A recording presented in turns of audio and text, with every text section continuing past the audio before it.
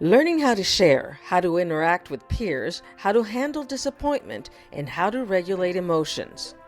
These are all components of social and emotional learning, or SEL.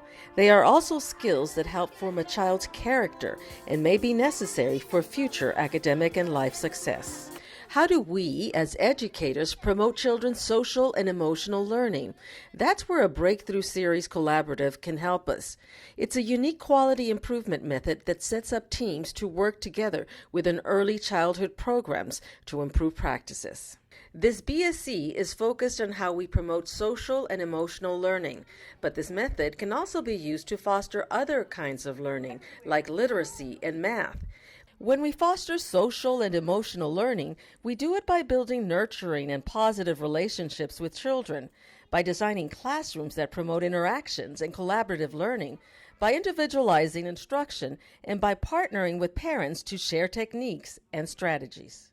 So how does the BSc work? First, we help you form a team with key players from your program, your director, teachers, support staff, and most importantly, parents. Next, you attend meetings, which we call learning sessions.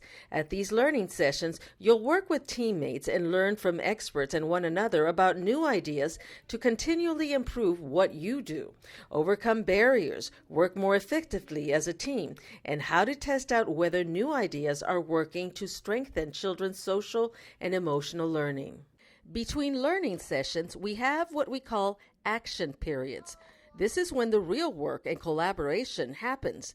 It's when you get to take what you learned at the learning sessions and give it a try in the real world by using plan, do, study, act cycles.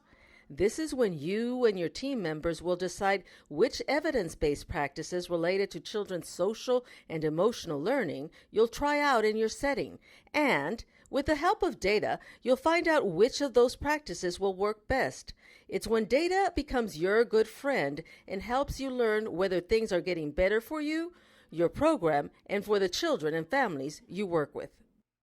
In the beginning, I was trying to communicate with this parent. I offered to do her child's progress report over the phone, so I felt like I was taking the steps, and she was kind of brushing it off. And then I was just like, okay, that didn't work. A key component of the BSc is trying new ideas to find what works for each child and family, rather than applying a one-size-fits-all approach.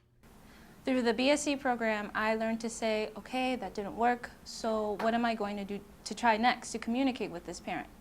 Not just, that didn't work, I'm just going to back off. The cycle of learning sessions and action periods continues for 1 year, with a total of 4 learning sessions. Even after the 4 learning sessions end, the learning continues as you welcome more members to your team and you become empowered to lead changes. During this time, you work to expand the changes in your program, take actions to make sure they're going to stick for the long term, and continue to test out new ideas. When you give people the permission to try new things in the real world, not in a meeting room, not as part of a one-time training, but in actual classrooms, that's when real change can begin.